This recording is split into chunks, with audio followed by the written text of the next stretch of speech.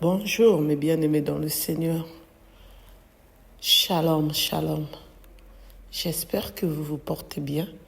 Moi de mon côté ça va. Dieu fait grâce. Amen. Et oui, Dieu fait grâce. Il nous a renouvelé le souffle de vie depuis ce matin jusqu'à maintenant. Nous pouvons que dire merci Seigneur. Merci Seigneur pour le souffle de vie que tu as renouvelé à chacun de nous. Alléluia, alléluia. Amen. Gloire à Dieu, gloire à ton nom. Pardonne-nous de tous nos péchés jusqu'à maintenant. Amen. Seigneur, prends pitié. Seigneur, prends pitié. Seigneur, prends pitié. Purifie-nous. Garde-nous. Protège-nous.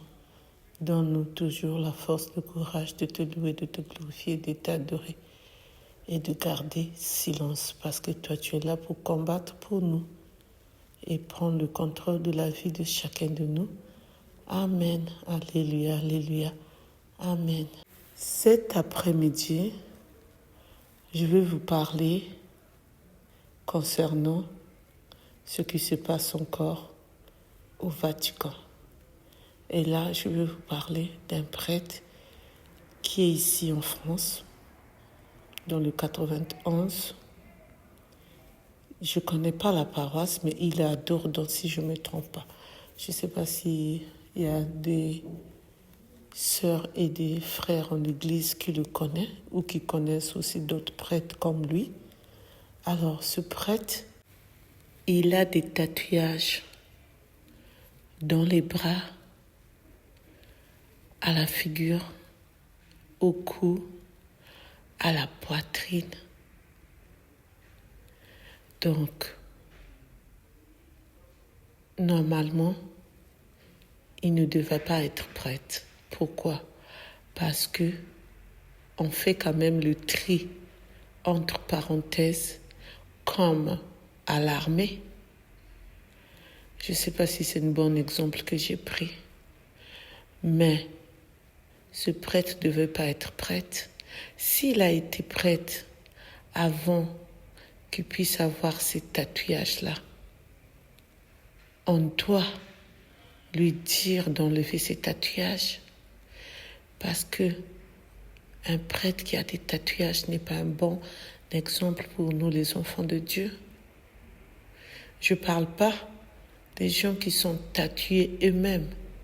Moi là je parle des prêtres, des diacres, des évêques, les hommes de Dieu. Dans vos commentaires, dans vos analyses, ne venez pas pour me dire non, la sœur Firmine, servante de Dieu Firmine, pourquoi tu as dit ça? Non. Là, moi, je suis en train de parler uniquement pour les prêtres. Parce que ce prêtre, il vient même dans notre église.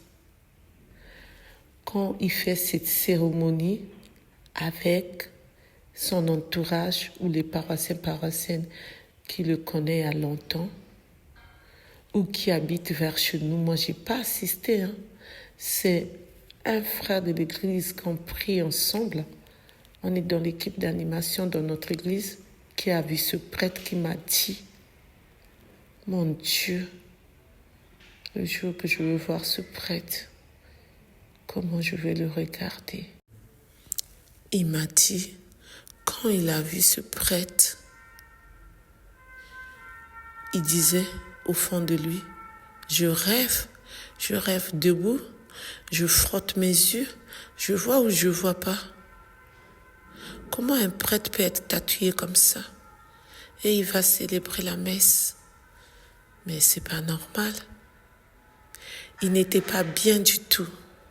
Parce que le frère dont je vous parle, il s'appelle frère Wilfried. Peut-être qu'il est même là parmi nous. Parce qu'il me suit. Il commente aussi. Il connaît mes deux comptes YouTube. Servante de Dieu Firmine Catholique TV et la team Firmine Love TV. Donc, c'est lui qui a vu ce prêtre.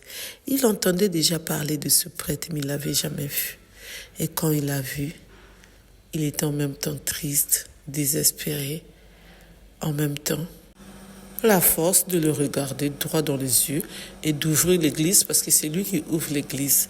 Il a la clé de l'église. D'ouvrir l'église pour qu'il puisse recevoir les paroissiens paroissiennes qui venaient pour la messe. C'était une messe préparée. C'était pas comme les messes habituelles. C'était une messe qui était fixée. Si je ne me trompe pas, c'était un samedi l'après-midi. Le frère Wilfried va commenter, il nous dira, mais je crois que c'était ça. Donc c'est pour cela que j'ai voulu cet après-midi vous en parler parce qu'il y a vraiment le changement dans l'Église à cause de notre pape encore notre pape qui veut embrasser tout dans l'Église, qui veut tout changer alors que on va où, on ne sait pas.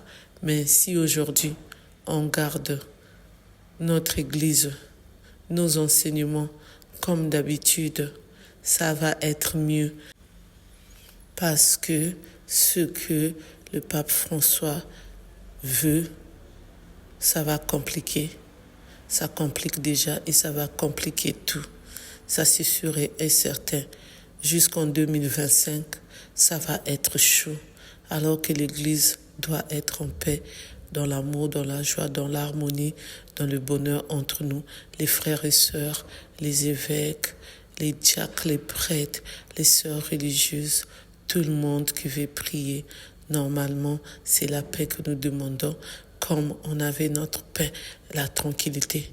Entre parenthèses, nous ne voulons pas la politique, parce que sinon, ça va être triste, vraiment triste. Continuons à prier notre Dieu, continuons à louer notre Dieu, continuons à implorer le pardon de Dieu, continuons à dire à notre Dieu qu'il vient à notre secours, comme il avait envoyé son Fils unique venir nous sauver, nous les pécheurs. Donc, il vient à notre secours pour tout arrêter. Pour que la paix dans notre Église catholique puisse demeurer, puisse revenir. Amen, amen. Merci de m'avoir écouté. Merci de m'avoir suivi. Pour ceux qui ne se sont pas encore abonnés, je vous demande de vous abonner, de liker, de partager, d'appuyer sur la cloche de notification pour recevoir les vidéos que je mettrai en ligne. N'oubliez pas de mettre les likes, les j'aime, s'il vous plaît. Je compte sur vous. Je vous souhaite une bonne continuation. Vous qui êtes au travail, vous qui êtes à la maison, partout où vous trouvez. Amen. Soyons tous bénis dans le nom puissant de notre Dieu. Amen. Plein de bénédictions à chacun de nous. Amen. Plein de grâce sur grâce venant de notre Dieu pour chacun de nous. Amen. Soyons tous bénis dans le nom tout puissant de notre Dieu. Amen.